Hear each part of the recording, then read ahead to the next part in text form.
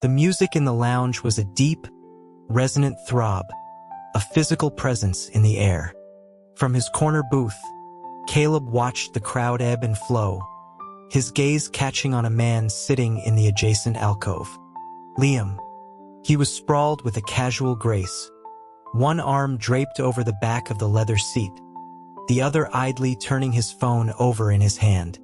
The strobing lights carved his features into sharp relief, highlighting a jawline that could cut glass and a profile that was both striking and vaguely predatory. Caleb turned away, draining the last of his whiskey. He smoothed the front of his shirt, the fabric cool against his skin, and rose to leave. As he moved through the narrow space between booths, a portly man with a comb-over and the sour scent of stale beer blocked his path.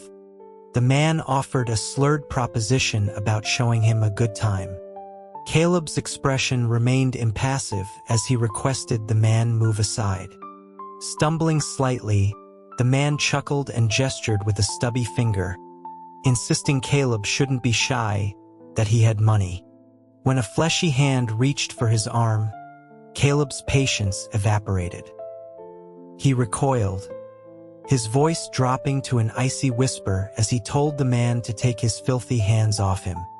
Thrown off balance more by the sharp rejection than the shove, the man careened into the table of Liam's booth, sending a cascade of bottles crashing to the floor. The sudden noise drew the attention of everyone nearby. The man, shocked into a semblance of sobriety and humiliated by the public spectacle, staggered to his feet. He spat on the floor, his face twisted in a sneer, and began shouting accusations, suggesting that someone with Caleb's looks in a place like this was obviously for sale and should be grateful for the offer. Before the man could finish his tirade, Caleb acted. He seized an empty beer bottle from the table beside him and, with a fluid economy of motion, brought it down on the man's head. The sharp crack of glass against skull was followed by a pained howl as the man crumpled to the ground. Caleb stood over him, the jagged neck of the broken bottle still in his hand, his eyes cold. A figure shot out from Liam's booth. What the hell, Caleb? It was Josh, Caleb's cousin, who had been engrossed in some loud drinking game with Liam moments before. He navigated the broken glass, his eyes wide as he took in the scene. He couldn't believe his cousin was here. Caleb tossed the bottle onto the pile of shattered glass and plucked a napkin from a dispenser, meticulously wiping his fingertips. He explained calmly that he had been on his way home when he was accosted by someone with poor judgment. Josh stared, exclaiming that the man must have had a death wish. The lounge manager arrived with security, his expression grim and ready for a brawl. But upon seeing Caleb, his demeanor underwent a complete transformation. He became instantly apologetic, assuring Mr. Vance that the matter would be handled and that his entire tab for the evening was, of course, on the house. Caleb gave a curt nod, not inclined to make things difficult. Josh gave the man on the floor a light kick before turning back to Caleb, suggesting he drive him home, observing that he seemed to have had a fair bit to drink. Caleb gave him a once-over, silently questioning how he planned to do that. It took Josh a moment to realize he was just as drunk, and he scratched his head in embarrassment. A new voice cut in, offering a ride. Caleb looked up. Liam was on his feet, stretching his shoulders. He strode over, his long legs covering the distance in 2 steps. He stated that he hadn't been drinking and was tired anyway, so he would be happy to take Mr. Vance home. Liam leaned back against the driver's seat of the Porsche, a smirk playing on his lips as he navigated the city streets. He remarked that for someone who looked so refined, Caleb certainly didn't hesitate when it came to brandishing a beer bottle. Caleb, rubbing his temples from his place in the passenger seat, replied that some people simply invited trouble. Liam glanced at him, asking if he was feeling unwell. It wasn't that, Caleb clarified, just a slight dizziness from the alcohol. Liam turned his attention back to the road, honking at a car that cut him off. He then mused aloud, asking if Caleb had been drinking alone to mend a broken heart, perhaps after being dumped. He offered some trite advice about there being plenty of fish in the sea. The only fish Caleb was interested in was sitting right next to him. Caleb merely commented on Liam's pragmatic view, questioning if it came from extensive experience. Liam scoffed at the idea, explaining that he'd yet to meet anyone who met his standards, complaining that people today were too superficial. The car slowed to a stop in front of a modern high-rise condominium. Caleb reached for the seatbelt release, his fingers brushing against the back of Liam's hand as Liam reached for a water bottle. The contact was brief, accidental, but the sensation of skin against skin was electric. Liam recoiled slightly, surprised by the chill of Caleb's touch. He reached out again, pressing his palm to the back of Caleb's hand as if to confirm it, then pulled back again from the cold. Caleb flexed his fingers, rubbing his hands together. He admitted he was a bit cold, having underdressed for the evening. He offered a polite thank you and opened the door. Just as he stepped out, Liam called his name. A moment later, a heavy black coat, still warm with Liam's body heat, was draped over his shoulders. Liam told him to keep it, that he could return it later. The Porsche's engine roared to life and disappeared down the street. Caleb stood on the pavement, pulling the coat tighter around him, a slow, calculated smile spreading across his face in the darkness. Caleb and Liam moved in the same wealthy circles but had never truly interacted. Caleb was known for his striking looks. Liam was infamous for his supposed homophobia. The rumor stemmed from a college incident where an overzealous admirer had cornered him and theatrically thrown open a coat to reveal nothing underneath. The encounter had left Liam with a notorious aversion to any man who showed interest. Caleb, however, had been planning his approach for a very long time. Back in his apartment, he opened his messaging app. Their chat history was empty save for the initial contact request. He typed out a message about the jacket, saying he would drop it off tomorrow. Half a minute later, a voice note came back. Liam's relaxed tone told him not to worry about it, that he would swing by and pick it up sometime. But days passed with no word. To get close to someone like Liam, one couldn't be direct. The key was to slide into his life so seamlessly that he wouldn't notice until he was already accustomed to the presence. A week later, Caleb stood at the entrance of his own building with a suitcase. He sent a text to Josh. Had a huge fight with my parents. Crashing at your place for a few days. I'm downstairs. He watched the message status turn to delivered, then counted the seconds. Just before a minute had passed, he retracted it, following up with, "Sorry, wrong person." He tapped his fingers on the handle of his suitcase, wondering what the odds were that Liam had seen it. 10 seconds later, his phone buzzed. It was Liam. 10 minutes after that, a sleek sports car screeched to a halt in front of him. The window rolled down to reveal Liam's roguish grin. He joked about Caleb's predicament, telling him to get in, that he would put him up for a few days. Caleb smiled and loaded his suitcase into the car. Liam's guest room was as large as the master bedroom, complete with an ensuite bathroom and a private balcony. Caleb's luggage was light. He hung up a few changes of clothes and the suitcase was empty. Liam appeared with an armful of new toiletries, a toothbrush, a cup, face towels, telling him to make do. He then launched into a lecture, assuming Caleb's fight was about his parents' insistence on setting him up on dates. He advised Caleb that the best way to get over a failed relationship was to start a new one, asking if he was really still hung up on his ex. Caleb glanced at him, a mournful look in his eyes, and quietly confirmed that he was. He then tossed Liam's jacket to him. Liam caught it with one hand, tucking it under his arm. He leaned against the doorframe, remarking that it must have been difficult for Caleb to carry it around with him. He asked if Caleb wanted some water. Caleb nodded. Just then, his phone chimed. He unlocked it and began typing a reply. When Liam returned with a glass of water, Caleb's fingers were still flying across the screen. Unable to take the glass, he simply leaned his head to the side and took a sip from the glass while Liam held it. When he finished his long message, he finally took the cup. Liam hadn't moved. Caleb looked up, puzzled.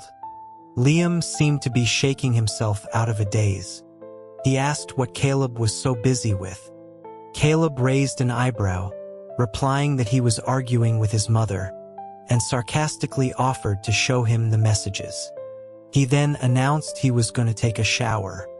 As Liam turned to leave, Caleb stopped him, asking if he had any pajamas he could borrow, claiming he'd forgotten to pack any. The pajamas Liam provided were a soft cotton set of a short-sleeved shirt and long pants. Even though it was winter, the apartment's heating was so effective that it was perfectly comfortable. After his shower, Caleb wiped the steam from the bathroom mirror. Liam, who was nearly 6'3" and well-built, wore clothes that hung loosely on Caleb's own 6-foot frame. The neckline of the shirt gaped, revealing a wide expanse of pale skin and making him feel unexpectedly delicate. He draped a towel over his head and walked out. Liam was on the living room sofa, a towel wrapped around his waist, damp hair sticking up as he focused intently on a video game. Caleb, drying his hair, asked if he had a hairdryer.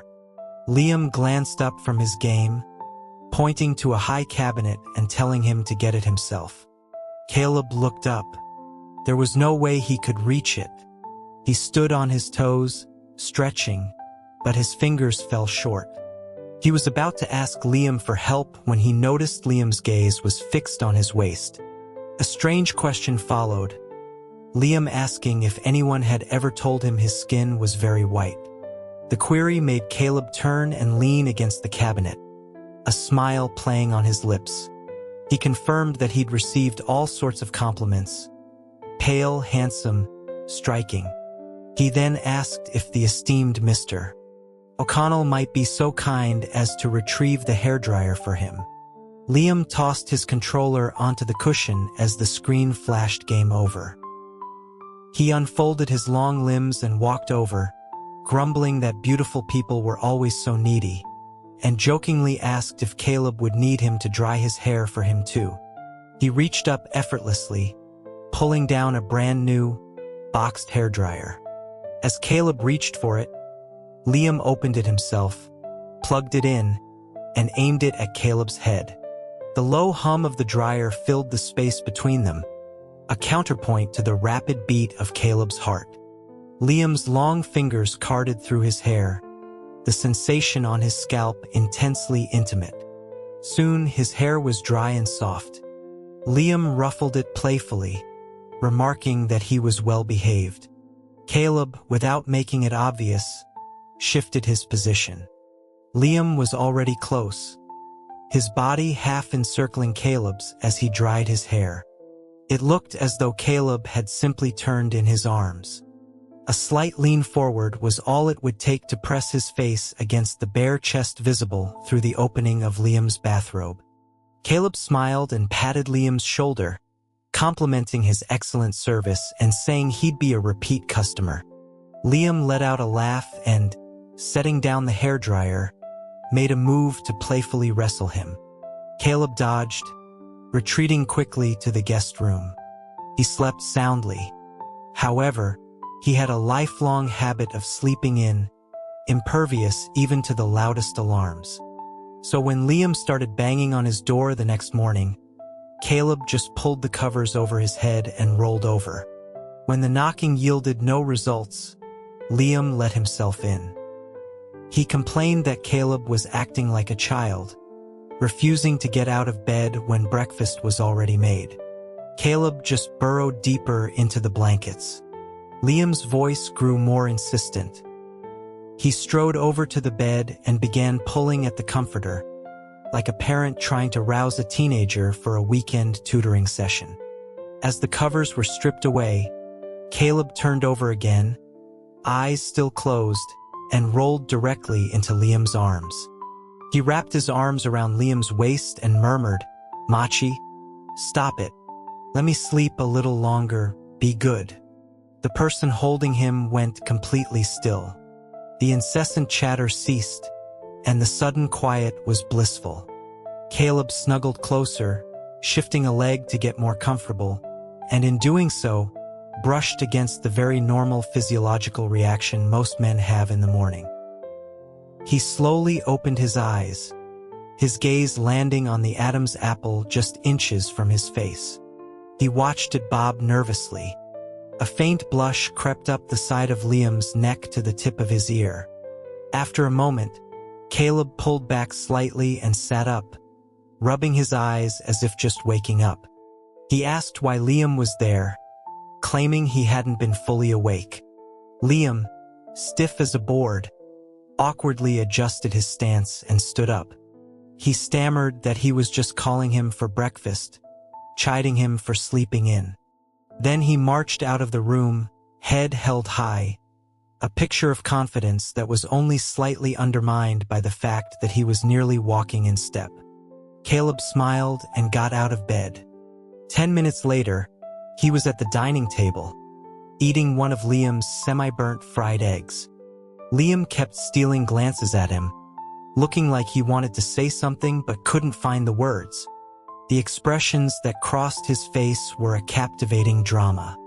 After finishing the last edible piece of egg, Caleb set down his fork and sat up straight, asking Liam what he wanted to say.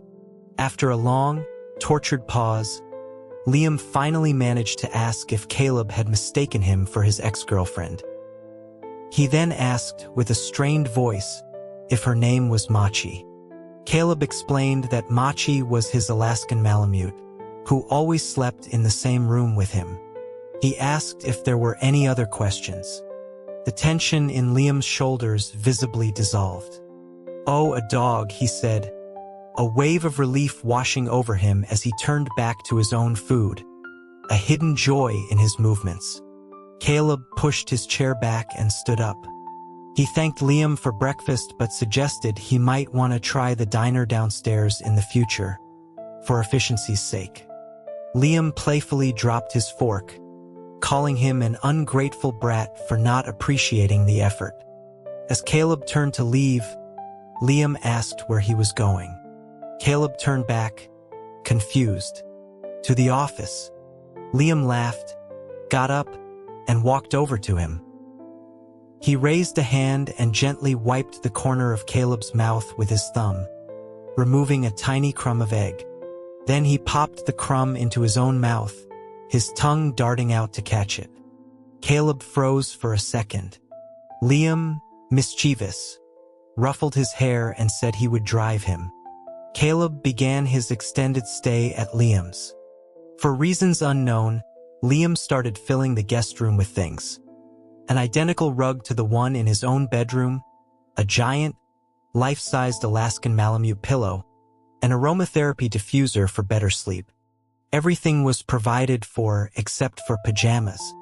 Caleb was still using Liam's, and had even borrowed a second set for when one was being washed. He, of course, had no intention of buying his own. Neither of them ever mentioned Caleb going home.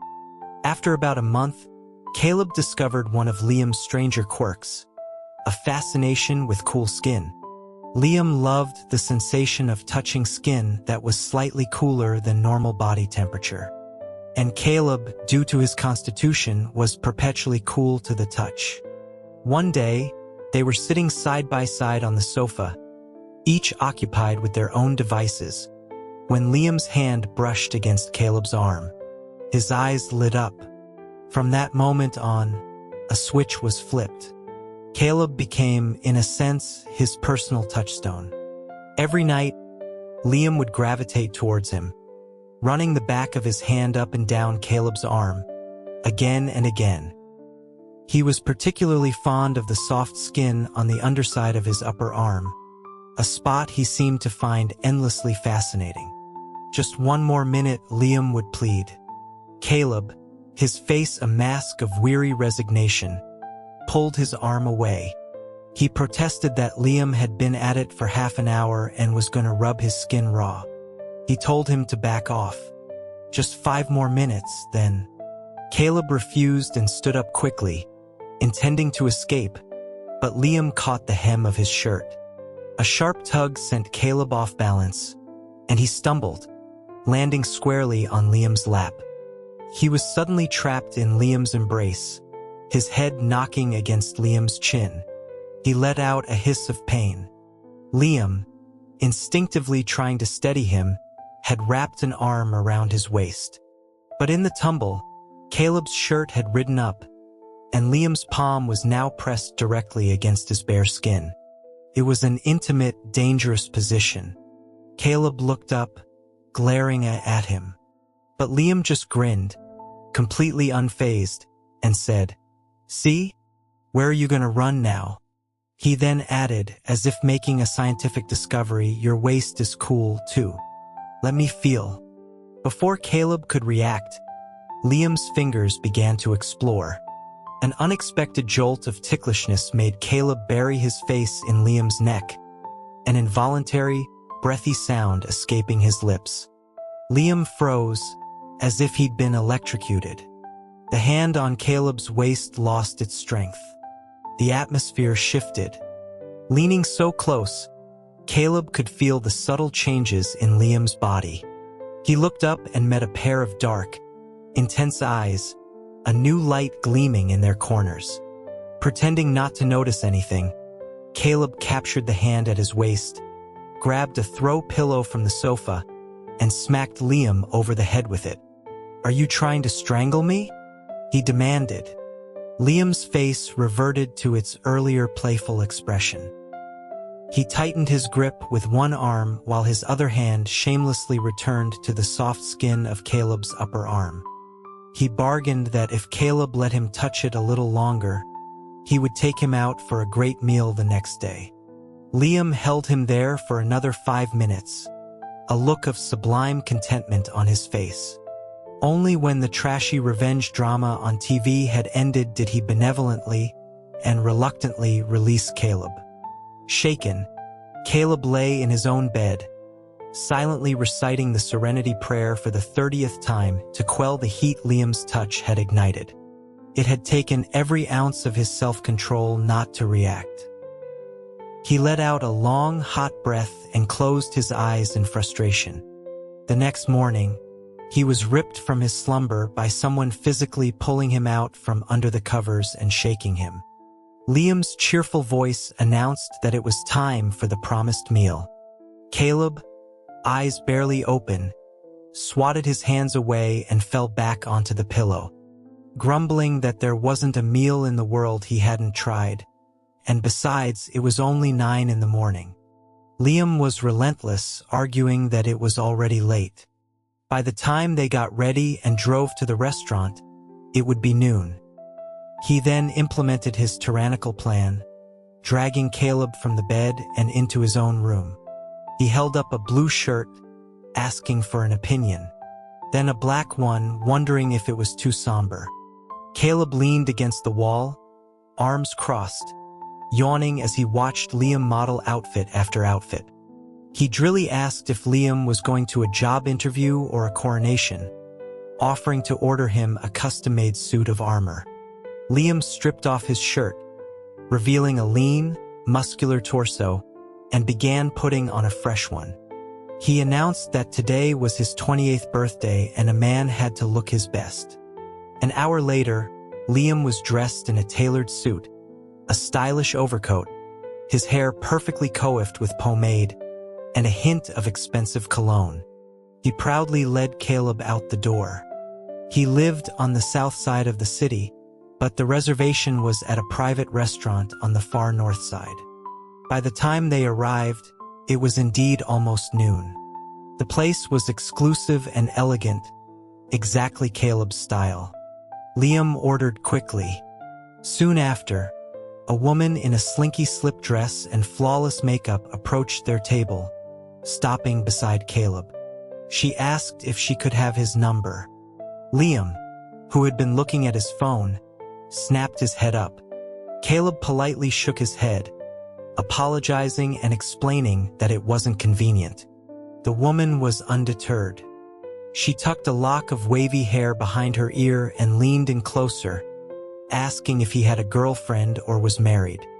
As long as he wasn't married, she purred, there was always room for another option. Caleb had dealt with this kind of attention many times, but her persistence was new. He glanced at Liam, whose eyes were now fixed on the woman, a mixture of annoyance and vigilance in his expression. Caleb made a decision. He gestured towards Liam with a smile. "I'm sorry," he said smoothly. "I'm celebrating my lover's birthday, and he gets very jealous." The woman's eyes widened slightly in suspicion as she looked at Liam. Under the table, Caleb gave Liam a sharp kick. Liam's expression instantly shifted from stunned to demure. He then lifted his hand in an exaggeratedly delicate gesture, covering his mouth. "Honey," he simpered, "you shouldn't say things like that in public. You'll make me blush. You're so naughty." The woman's face went blank, as if she'd been struck by lightning. The sight of a 6'3" man radiating alpha male energy speaking in such a manner was profoundly jarring. After a long moment, she straightened up, a world-weary look in her eyes. She confessed that her backup plan had been to hit on the handsome man across from him, but given the circumstances, she would just wish them happiness. She took a deep breath, tossed her hair one last time, and strode away on her high heels. Caleb struggled to hold back his laughter. He tapped Liam's leg with his foot, complimenting his quick thinking, though he noted the performance was a bit over the top. Liam reached under the table and expertly grabbed Caleb's ankle, giving it a playful squeeze. Then, still deep in character, he whined, "Honey, I want to buy clothes and jewelry and bags. Will you buy them for me, please?" He punctuated the request with a theatrical shoulder shimmy and a wink. Even on a man as handsome as Liam, the gesture was cringeworthy. Caleb rested his forehead in his hand, groaning. He managed to force out a few words through gritted teeth. "Buy them. Whatever you want. Honey will buy you everything." His cousin Josh, a social butterfly with a finger in every pie, saw Liam's social media post about their lunch and immediately organized a party to celebrate his birthday. And so, that evening, Caleb found himself in the VIP room of an exclusive club, surrounded by familiar faces whose names he couldn't recall, playing drinking games. Caleb lost again. "Drink up," someone shouted. The sentiment was echoed around the table. Caleb shook his head with a smile and accepted the full glass, downing it in one go. He'd lost count of how many rounds it had been. Liam leaned in close, his voice a low murmur in Caleb's ear, asking if he was okay, if he was drinking too fast. Caleb turned his head, the movement bringing his lips so close they brushed against the tip of Liam's nose. The lighting in the room was too dim to read his expression.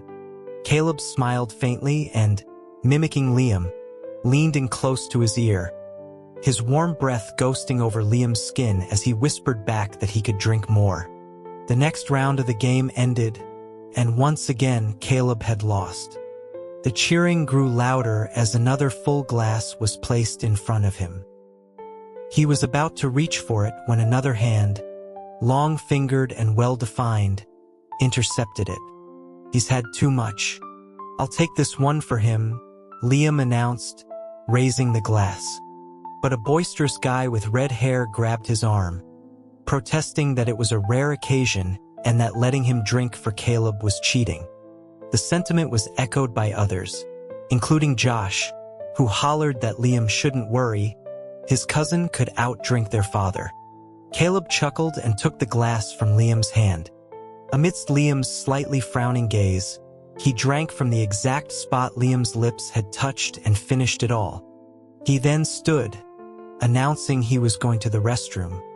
As he passed Liam, he swayed slightly. Liam's hand shot out, steadying him in a protective embrace. He offered to go with him, worried he might fall. Caleb refused, assuring him he would be fine and telling him to go back, that they were probably waiting for him to cut the cake. He shrugged off Liam's support and walked unsteadily towards the men's room. The moment he was out of sight, Caleb straightened his back. He wasn't drunk, not even close, but the endless stream of liquor had left his head feeling heavy. He splashed cold water on his face and looked at himself in the mirror. The corners of his eyes and his neck were flushed, and his eyes were glossy. At a glance, he certainly looked intoxicated. A small smile touched his lips. He dried his face and walked out. Liam was waiting by the door, already holding Caleb's coat. Seeing him, he immediately shook it open and wrapped it around Caleb's shoulders. He explained that he'd told the others they were leaving early. He insisted they had to go home, considering how drunk Caleb was. Liam had called for a car service. They sat side by side in the back. Caleb closed his eyes and leaned his head against the window.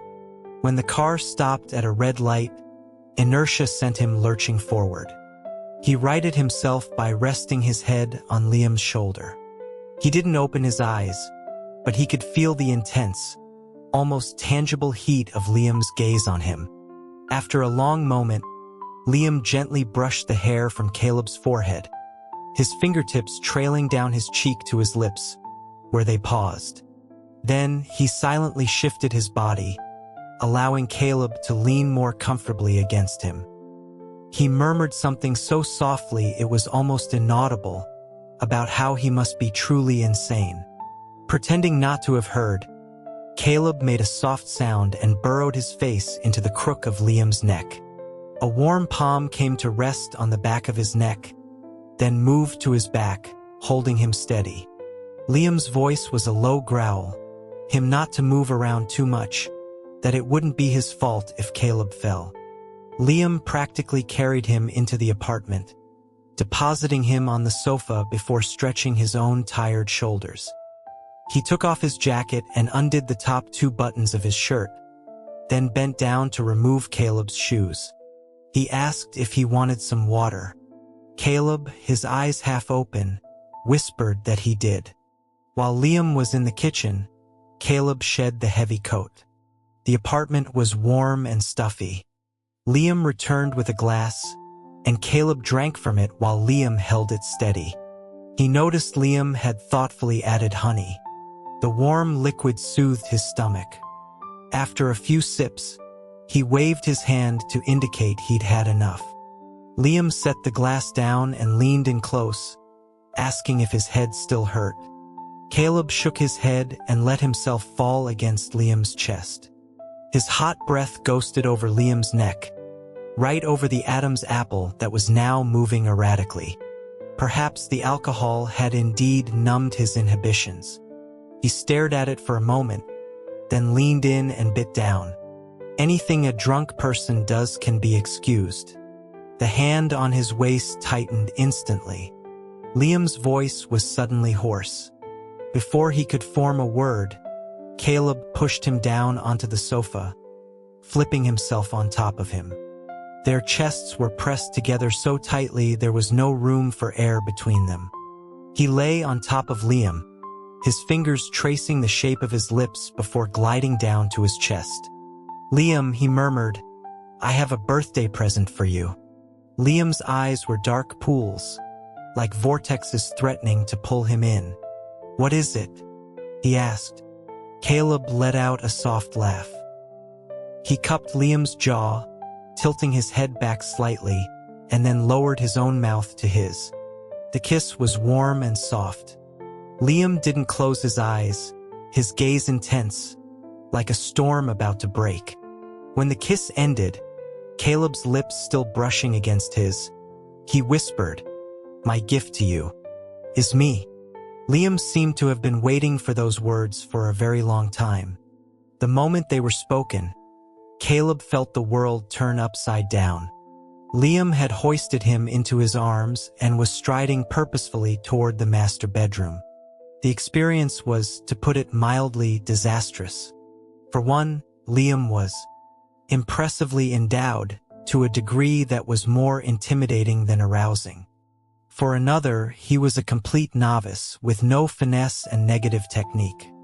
It felt less like making love and more like being beaten with a blunt instrument. When the night was over and the lingering effects of alcohol had worn off, reason returned. Caleb lay awake, looking at the sleeping man beside him, his mind racing. It had been an impulsive act, and now the situation had spiraled out of his control. He wondered if Liam would regret it when he woke up, if he would be disgusted. He still wasn't 100% sure Liam loved him back. He couldn't bear the thought of seeing revulsion on Liam's face. In the face of so much uncertainty, his first instinct was to flee. After a few more moments of contemplation, he carefully disentangled himself from the arm draped over his waist and slipped out of bed. He dressed quietly, took one last, long look at Liam, and then left the room. He reasoned that Liam probably needed some time to think. He fled back to his own apartment. The first thing he did was take a long shower, then collapsed into his own bed, his body aching. Liam certainly didn't lack stamina. He rested for a while, then reached for his phone on the nightstand. Several missed calls, all from Liam. He opened his messages. It was an explosion. Where did you go? Did you go to the office? But it's Sunday. Why aren't you answering? Hello? You just sleep with me and run? Caleb, answer your phone. If you keep ghosting me, I'm gonna get angry. The consequences will be severe, Caleb. Okay, I won't be harsh. Just, please text me back when you see this, baby. The palpable sense of a jilted lover was practically radiating from the screen. Caleb froze. He didn't seem disgusted. So what now? Going back immediately would make him look foolish, and he would have to face Liam's anger. And possibly another round of that terrible, clumsy lovemaking. No, he couldn't handle that. Not yet. After some thought, he typed a reply, handling some things. Be back later. After a long pause, a single word came back. Okay. You focus. He spent the day lazing around his apartment, slowly recovering from the soreness. His dog, Machi, was staying with his mother, so the apartment was quiet. He slept until nightfall, woken only by his phone ringing. It was an unknown number. Mr. Vance? Sorry to bother you, but your cousin, Mr. Josh, is here. He's had a bit too much to drink, seems to be going through a breakup, and he's making a scene. Do you think you could come pick him up? Caleb sighed. Was he dumped again? He felt a flicker of sympathy, but not enough to want to go rescue him. He asked if the manager had tried calling any of Josh's friends. The manager explained that he only had Caleb's number and Liam's. But Mr. O'Connell had been in a terrible mood, ranting that his wife had run off and he was too busy to be bothered. So, could he please come? Caleb was speechless. His wife ran off. He rubbed his nose. Fine, he would be there soon. He lingered a bit longer before getting up, stretching his sore muscles, grabbing a jacket and his keys and heading out. As he was about to enter the bar, a dark figure seemed to materialize out of nowhere, pinning him against the wall. It was Liam. His face was dark, his voice low and menacing. This is the thing you had to handle? Who are you here to find? Caleb instinctively started to deny it. Liam's face was a mask of barely controlled fury. I've been parked outside your building all day. The second you leave, you come straight here. Not satisfied with me? Looking for someone else? In your dreams. Before Caleb could explain, Liam bent down, hoisted him over his shoulder, and strode away, ignoring the stares of passers-by. In the confusion, Caleb saw the bar manager come out, his mouth agape at the sight of the blatant kidnapping. Mr. Vance? Mr. O'Connell? But Mr. Josh is still inside. The moment they were back at Liam's apartment, he tossed Caleb onto the bed.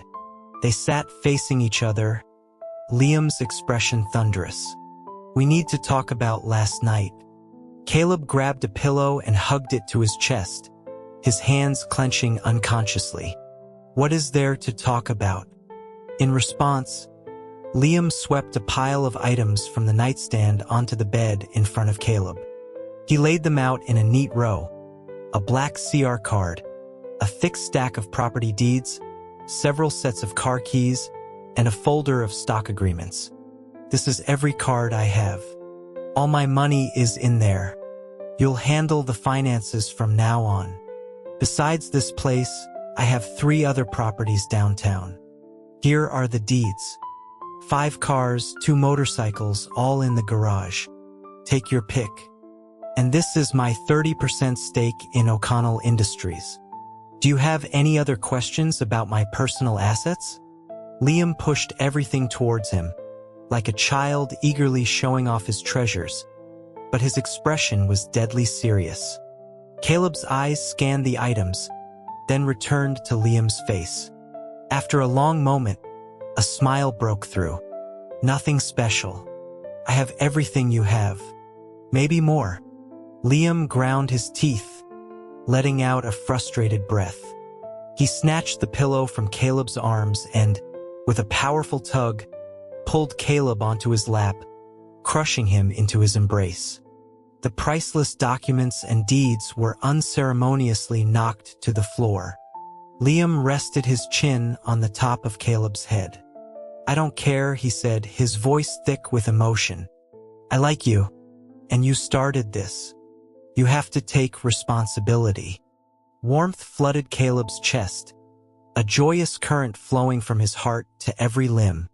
He buried his face in Liam's chest, his shoulders shaking with silent laughter. He reached up and scratched the back of Liam's neck. Liam, he said, his voice muffled. I have a secret to tell you. What? I don't have an ex. I never fought with my family. I've always lived alone. My pursuit of you has been premeditated from the very beginning. I approached you with an agenda. He pulled back and looked up, meeting a pair of eyes that reflected only him. So, wanna-be boyfriends, Mr. O'Connell? Caleb leaned in and gave him a brief, tender kiss. Liam paused for a moment, then a slow, wide grin spread across his face, his eyes blazing. He grunted, You really have me wrapped around your finger. A crushing, fervent kiss followed, possessive and urgent. Caleb wrapped his arms around Liam's neck, returning the kiss with equal passion. A moment later, a hand snaked under his shirt, its heat searing against his skin as it began to trace the bones of his back. Caleb's eyes flew open, alarm bells ringing in his head. He pushed Liam away, his expression suddenly stern, his voice cold. No, I'm sleeping in the guest room tonight. Liam stared at him, bewildered. Why? Caleb looked down at the rumpled fabric of the bedspread. Your technique is abysmal. I can't bear it. He then slid off the bed and made a swift exit, leaving Liam alone, looking utterly devastated. The next morning, he was woken by Liam, who had somehow crept into his bed. He was pressed against Caleb's back, humming softly, his hands shamelessly exploring. He had, however, moved his area of interest from Caleb's arms to his waist and thighs. Liam, what are you doing this early in the morning? Caleb grumbled. Liam nibbled on his earlobe. It's because it's early in the morning. You seem pretty awake too. Don't move, just let me touch you. He pressed closer, the evidence of his arousal impossible to ignore. A demonic whisper filled Caleb's ear. "Baby, let's try again. Please? I studied all night. I promise I've improved. Trust me. I learned a lot." An hour later, Caleb lay bonelessly on the bed, his arm covering his eyes. Liam was dutifully massaging his aching back, the culprit now shamelessly seeking praise. "So, baby, how was my performance?" "Better, right?"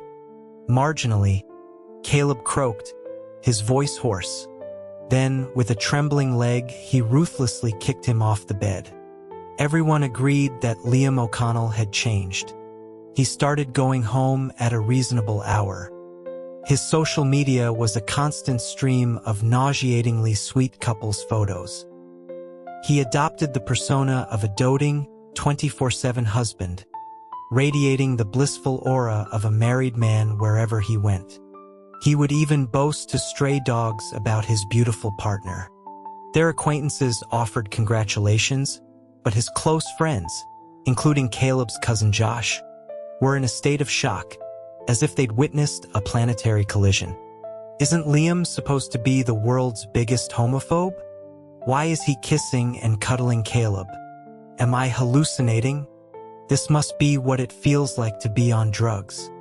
What happened to the guy who, just a few months ago, wanted to banish all gay men from the planet? Has his body been snatched? I must be insane because I actually think Liam is lucky. Caleb, if you're being held hostage, blink twice. Josh looked miserable. So this is why you all let me have a drunken meltdown and strip at the bar alone? Liam, oblivious, planted another loud kiss on Caleb's cheek, looking as proud as a husky that had just stolen a bag of treats. He jutted his chin at the stunned group. "From now on, you don't call him Caleb. You call him Mrs. O'Connell. Got it?" The silence that followed was terrifying. Caleb, his face expressionless, reached down and mercilessly twisted the muscle of Liam's thigh. Liam's face contorted in pain. Caleb spoke, his voice flat. "Anyone who calls me that, I will personally twist their head off." Josh swallowed hard and whispered to the person next to him, "He's not kidding. He trained in Krav Maga for 3 years. The silence returned, thicker this time. After a moment, someone broke it. "You know, I think I forgot to hang up my laundry. I should go do that."